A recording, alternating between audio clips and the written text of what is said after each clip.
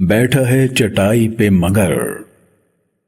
سفر معراج سے واپس آ کر رسول اللہ صلی اللہ علیہ وآلہ وسلم اس سفر کی تفصیل اور واقعات اپنی چچا زاد بہن یعنی ابی طالب کی بیٹی اور علی کی بہن ام ہانی کو بتا رہے ہیں۔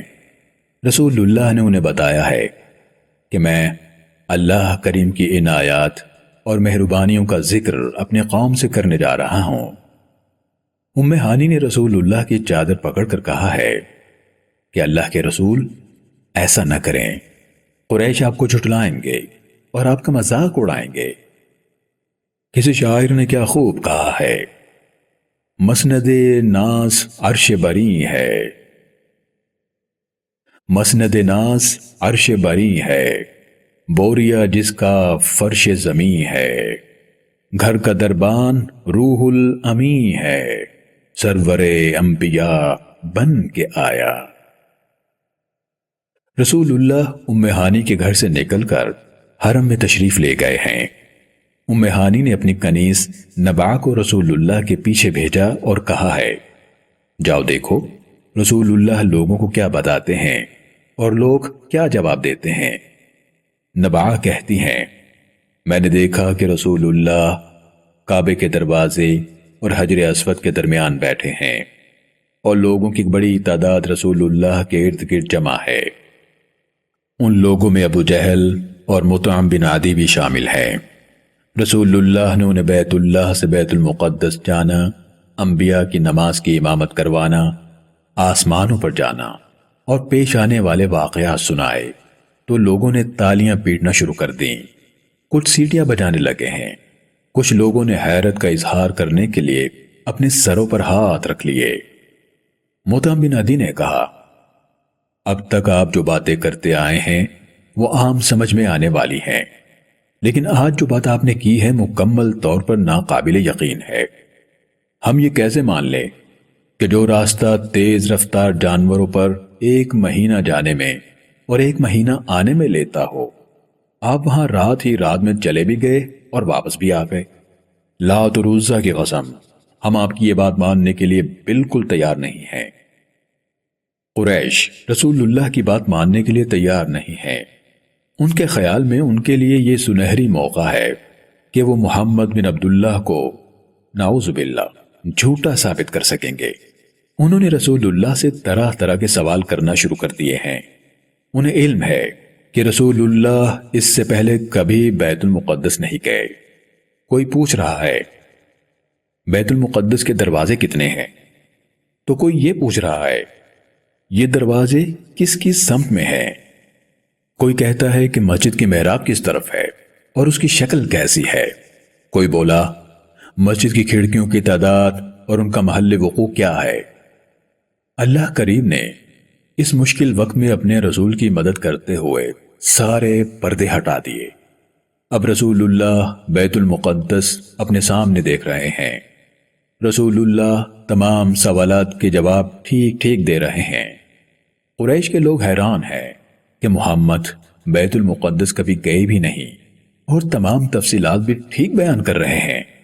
ان کی عقل میں یہ سب کچھ سما نہیں رہا۔ اس کے باوجود قریش نے ماننے کے بجائے کہا ہے کہ ولید بن مغیرہ ٹھیک کہتا ہے کہ محمد بہت بڑے جادوگر ہے۔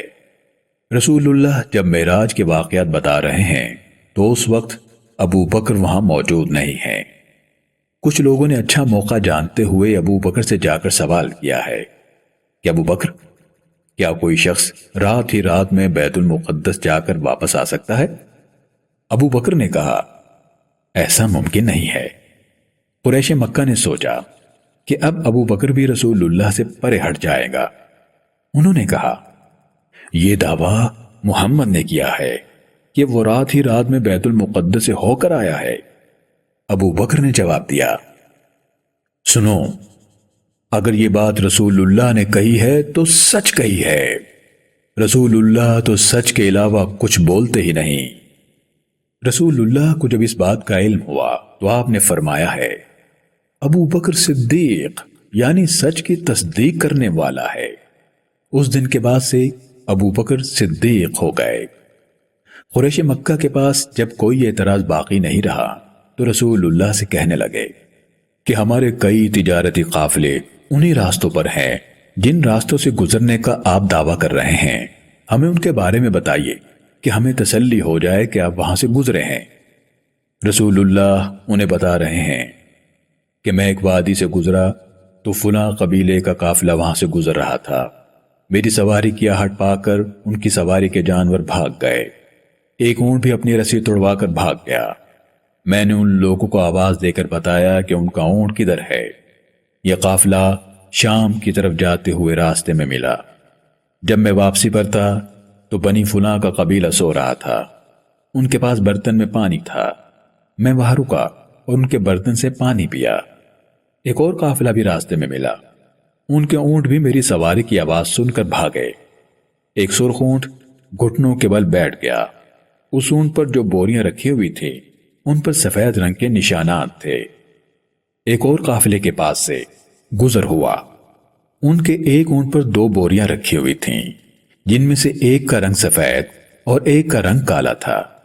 جب میں ان کے قریب روحا کے مقام پر پہنچا تو ان کے جانور بھی بھاگے، ایک اونٹ گر پڑا اور ان کا بھی ایک اونٹ گم ہو گیا۔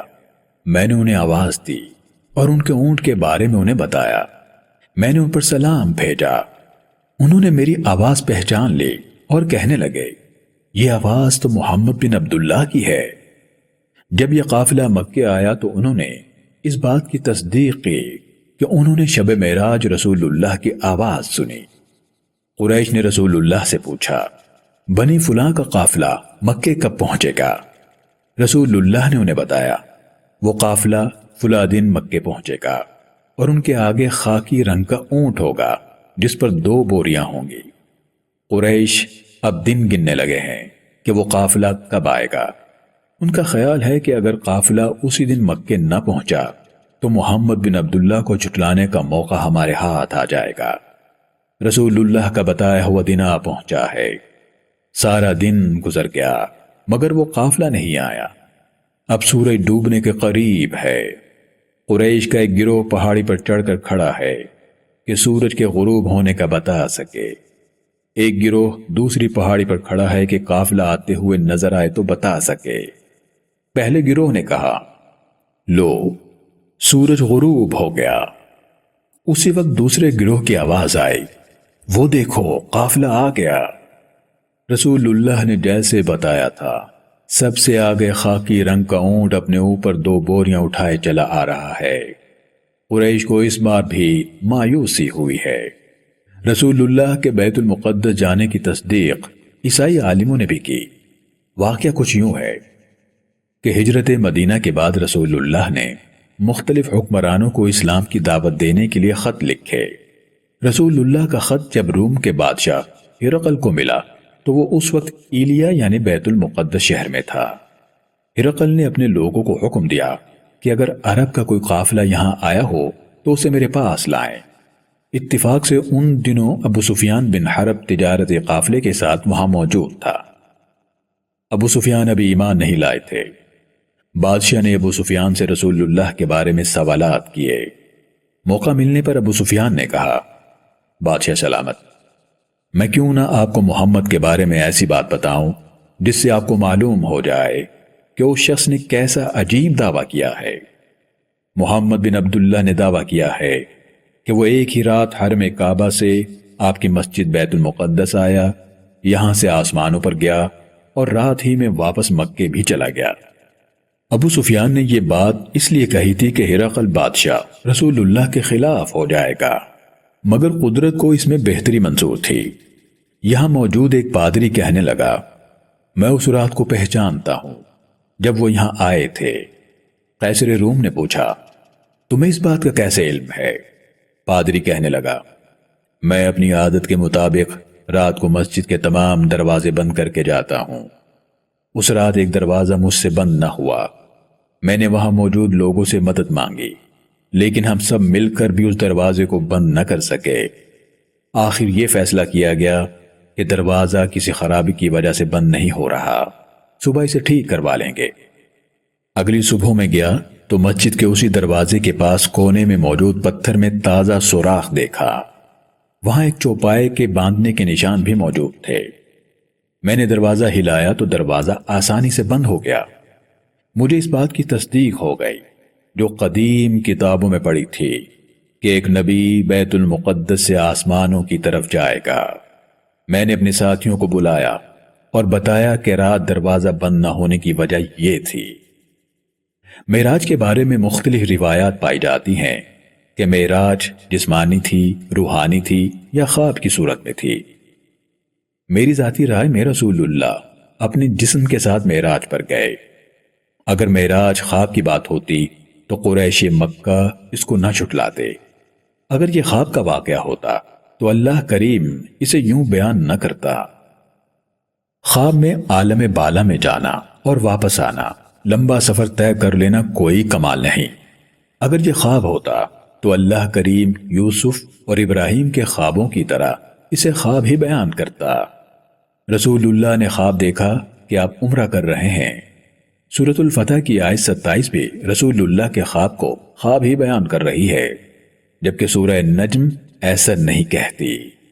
فرمایا بسم اللہ الرحمن الرحیم والنجم اذا ہوا ما ضل صاحبكم وما غوا وما ينطق عن الهوى ان هو الا وحي يوحى علمه شديد القوى ذو مرة فاستوى وهو بالأفق الأعلى ثم دنا فتدلى فكان قاب قوسين أو أدنى فأوحى إلى عبده ما أوحى ما كذب الفؤاد ما رأى أفتمارونه على ما يرى وَلَقَدْ رَآهُ نَزْلَةً أُخْرَى عِنْدَ سِدْرَةِ الْمُنْتَهَى عِنْدَهَا جَنَّةُ الْمَأْوَى إِذْ يَغْشَى السِّدْرَةَ مَا يَغْشَى مَا زَاغَ الْبَصَرُ وَمَا طَغَى لَقَدْ رَآ مِنْ آيَاتِ رَبِّهِ الْكُبْرَى۔ حسین ستارے یعنی محمد کی قسم، جب وہ پل بھر میں اللہ کریم کی طرف گئے اور واپس بھی آ گئے، وہ تمہاری جان و دل کے مالک، نہ کہیں ادھر ادھر ہٹے نہ رکے۔ وہ اپنی طرف سے کوئی بات نہیں کہتے، وہی کہتے ہیں جو ان کے رب کی طرف سے ان پر وحی کی جاتی ہے۔ یہ سب کچھ ان کو زبردست قوتوں والے اور حکمتوں والے رب نے عطا کیا ہے۔ پس وہ شب معراج جب بلند ترین آسمان پر پہنچے تو وہاں سے لامکان کی طرف پرواز کا ارادہ کیا، پھر جلوائے حق سے قریب ہوئے، اس نے بھی تجلی فرمائی تو دونوں میں 2 کمانوں جتنا بلکہ اس سے بھی کم فاصلہ رہ گیا۔ تب اللہ کریم نے اپنے بندہ خاص کی طرف جو خاص وحی فرمانا تھی وہ فرمائی۔ نگاہ شوق نے جو کچھ دیکھا دل نے اس کو جھٹلایا نہیں۔ اے لوگو، جو کچھ اس نے دیکھا کیا تم اس میں شک کرتے ہو؟ اس نے تو سدرۃ المنتہا کے قریب اسے دوبارہ بھی دیکھا، جنت المأوى، یہ بھی اس کے نزدیک ہی ہے۔ اس وقت سدرہ پر عجیب دلکش و سدا بہار انوار چھائے ہوئے تھے۔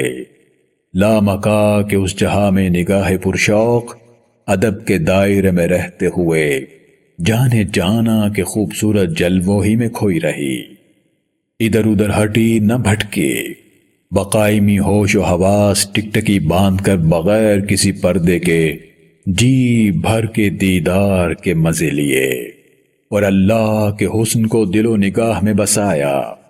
اس نے اپنے رب کی بڑی بڑی نشانیوں کو دیکھا۔